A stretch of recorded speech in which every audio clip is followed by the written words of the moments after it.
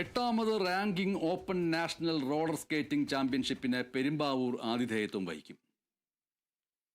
നെല്ലിമാളത്തിനടുത്തുള്ള Asiads international speed skating അക്കാദമിയാണ് ചാമ്പ്യൻഷിപ്പ് നടത്തുന്നത്.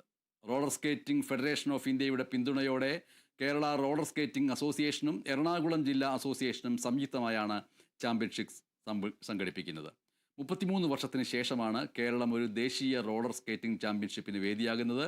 മെയ് 16-ന് സംസ്ഥാന കായിക വകുപ്പ് മന്ത്രി വി അബ്ദുറഹ്മാൻ ഔദ്യോഗികമായി ചാമ്പ്യൻഷിപ്പിന്റെ ഉദ്ഘാടനം നിർവഹിക്കും.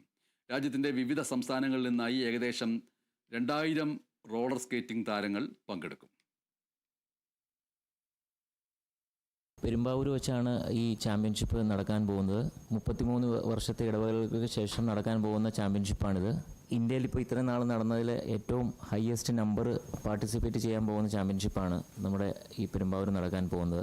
അവിടെയുള്ള ട്രാക്കിൻ്റെ പ്രത്യേകത 200 metre international standard synthetic PU banked ട്രാക്കാണ്. അതായത് സ്പീഡ് വളരെ കൂടുതലായിട്ട് വന്നാലും വളവിൽ സ്പീഡ് കുറയ്ക്കാതെ തന്നെ മുന്നോട്ട് പോകാൻ സാധിക്കുന്ന രീതിയിലുള്ള ട്രാക്കാണ് ബാങ്ക്ഡ് ട്രാക്ക് എന്ന് പറയുന്നത്.